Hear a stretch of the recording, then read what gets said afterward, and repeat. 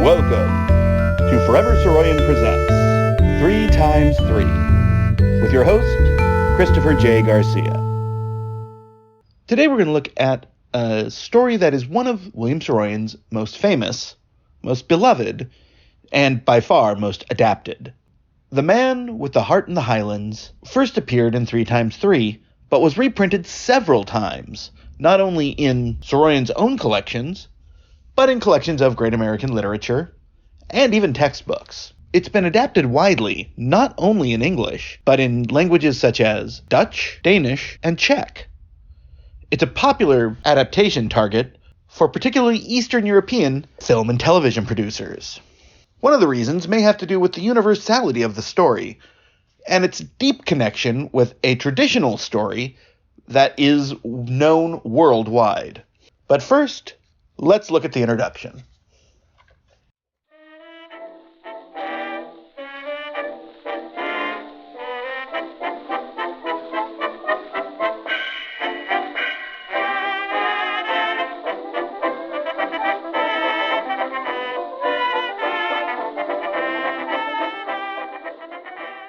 Saroyan opens the introduction with the phrase, "This one was written on Saturday, September 14, 1935, 2 days before I went to the hospital in a cab and got operated on, and through some miracle didn't die." He goes on to tell the story of a bout of appendicitis, when an emergency surgery removed his appendix. This must have been a massively traumatic experience for Saroyan, whose own father had died when he was very young due to a burst appendix. He talks about the experience in very, very dark terms, and then greater pain than ever, and a roar, and then a lessening of the pain, and a pathetic whisper, "My God, my God." In the morning, I knew it was not ended. I knew it was still one way or another. I would either live or die. I bathed and shaved and dressed and decided to go for a walk. Only I couldn't walk. I got into a cab and went to the hospital. 20 or 30 minutes after I reached the hospital, the doctor operated on me. It was a very bad appendix, very swollen, very close to bursting. And when I awakened from the ether sleep, the doctor said very casually, "If you had gotten here 10 minutes later, it would have bursted, and that would have been too bad." This moment obviously stood out to Saroyan, enough so that the introduction to this story doesn't actually deal with the story at all. Perhaps it's merely the time aspect where he can attach so near a time as to the event with the creation of this story. It does, however, end with a slight hint as to the tone of the story itself. "I was very glad I hadn't died. Very grateful, too. My God," I said, "many thanks. I've got a lot of writing to do. I'll take it if I've got to take it, and I'll take it with a laugh, but many thanks just the same. I'd like to live to be 100. If it's all the same to you, I'd like to stay in this world until they figure out a way to give everybody enough to be able to be easygoing about everything. I'd like to stay in this world until they figure out some way to let everybody be a millionaire." Perhaps that statement, more than anything, expresses the idea of Saroyan-esque writing. This idea of achieving a lighter, easier life. As he said in the preface to the entire collection, he's not interested in work, but in play. And here seems to be a declaration that play, or at least ease, should be the goal of society.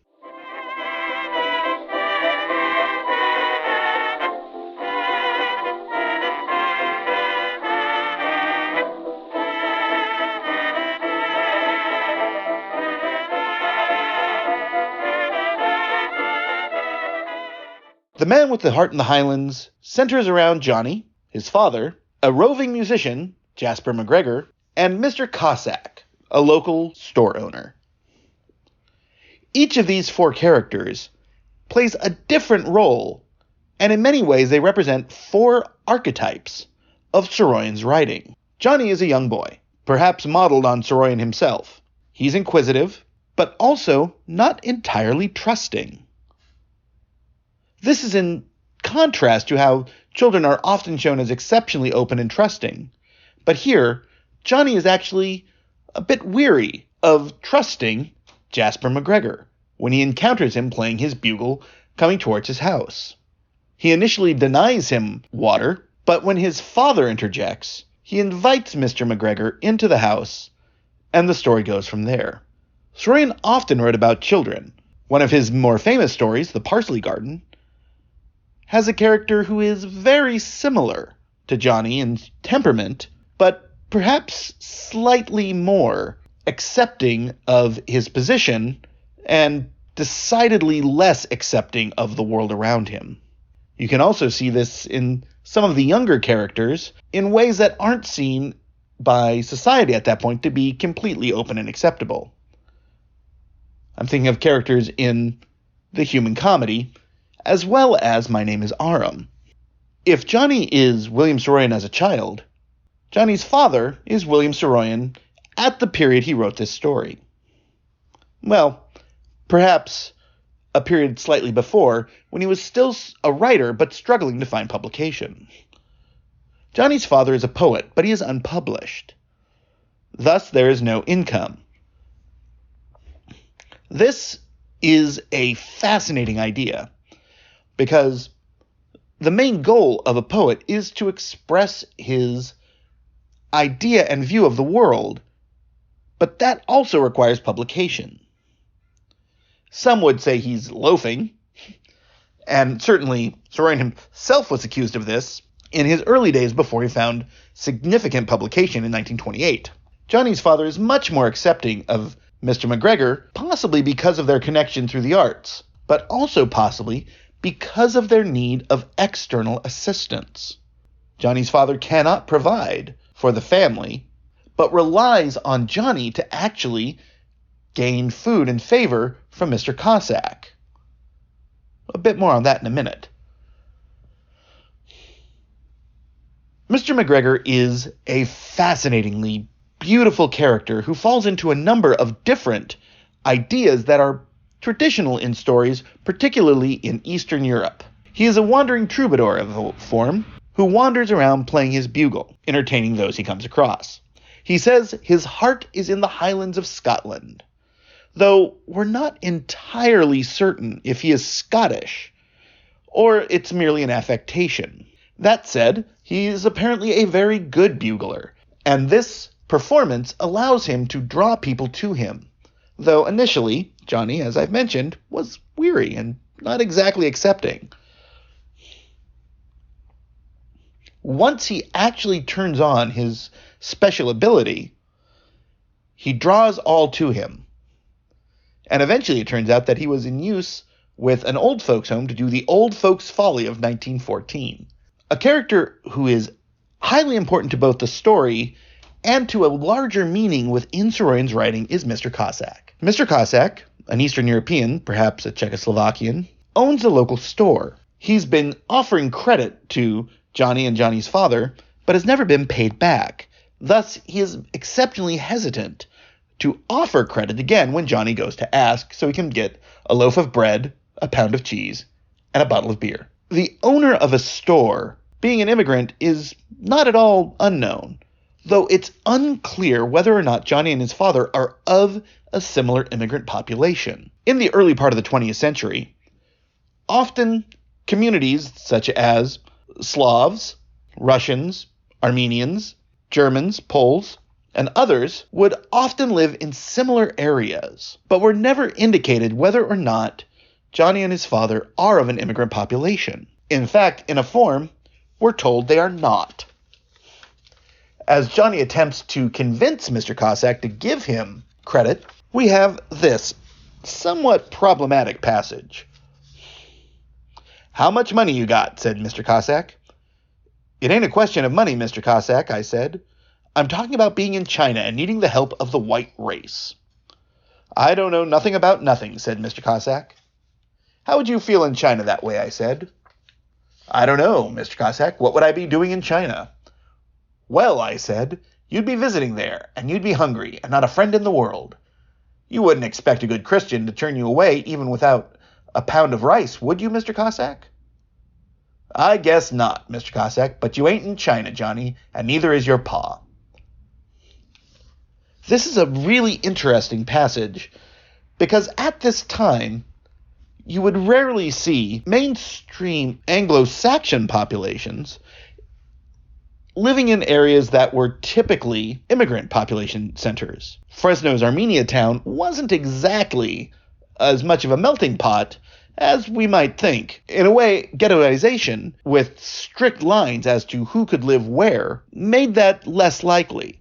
But Mr. Cossack is higher in the power structure. He is the owner of a shop who, for Johnny and his father to be able to eat, has to extend credit to them. This dynamic may actually speak to one of Saroyan's bigger ideas, that distinctions between race and ethnicity and national origin are less stark than those between class. Eventually, Johnny convinces Mr. Cossack to give them cheese and bread, but not the beer, by appealing to his family, bringing up how interested he is in their well-being and how wonderful they are. This is an effective technique that anyone who has had to ask for credit will tell you is usually highly effective. One interesting aspect of the story, and perhaps its wide-scale international success, is its connection to a classic story called Stone Soup, sometimes also called Button Soup. The idea is relatively simple. An outsider comes into a small town and is initially rejected.